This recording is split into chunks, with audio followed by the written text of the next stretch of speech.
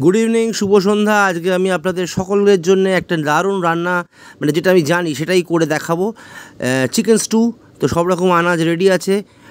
পেঁপে, গাজর, বিট, পেঁয়াজ, বিনস, বরবটি, মাংস। আর যাই হোক, প্রথমে শুরু করলাম, একটু তেল ঢেলে দিলাম কুকারটা গরম করে তেলটা নাড়াচ্ছি। অ্যাকচুয়ালি আমি কিন্তু সব রকমের মশলার নাম জানি না, হয়তো একটু ভুল হয়ে যেতে পারে, আপনারা ক্ষমা করে দেবেন।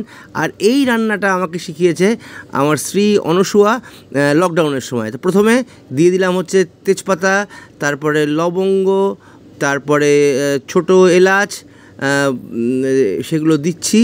দেওয়ার পরে তারপরে আমি দিচ্ছি হচ্ছে কাঠ বলি আমি, ওটা হচ্ছে দারচিনি একটু ভেঙে দিয়ে দিলাম।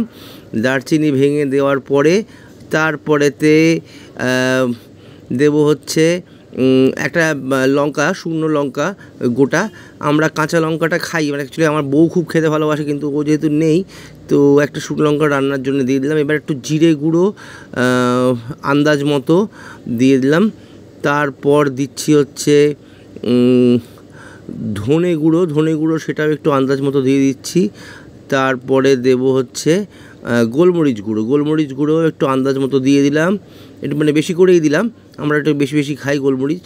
আচ্ছা, এবারে নুনটা 1 চামচ দিলাম, এটা পিঙ্ক সল্ট, কোনো অসুবিধে নেই খেলে, তো সেটা দিয়ে দিলাম।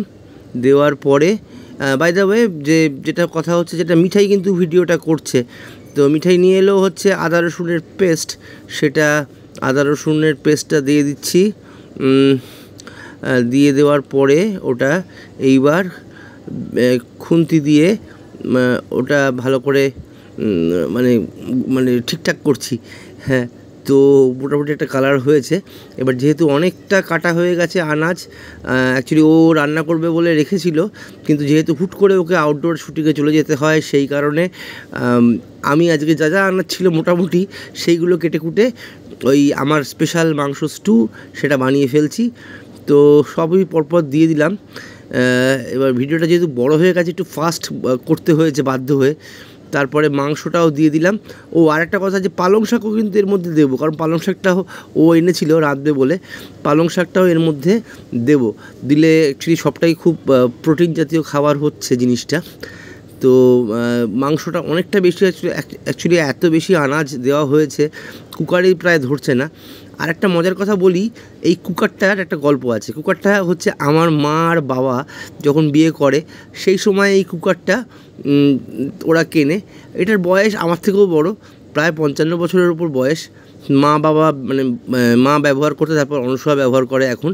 তো যাই হোক, পালং শাকটা দিয়ে দিলাম। তারপরে তার উপরে একটুখানি নুন আর আবারও গোলমরিচ দিয়ে, এবং প্রায় ওই 6 গ্লাস মতো করে দিলাম, জল দিয়ে কুকারে বসিয়ে দিলাম।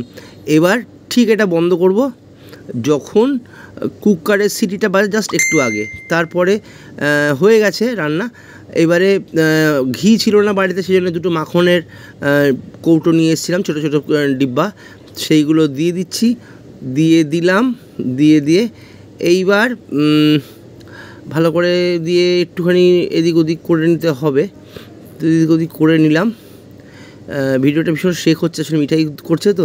এবার পরিমাণ মতো একটু ধনেপাতাও দিয়ে দিলাম, যতটা দেওয়া যায়, তো দিয়ে মোটামুটি রেডি। এবার আপনারা কিন্তু এটা বাড়িতে ট্রাই করতে পারেন। এবার মিঠাই খেয়ে বলবে আপনাদের কেমন লেগেছে ওর। ভালো লাগলো, দারুণ খেলাম, আর আপনারাও বাড়িতে ট্রাই করবেন। এটা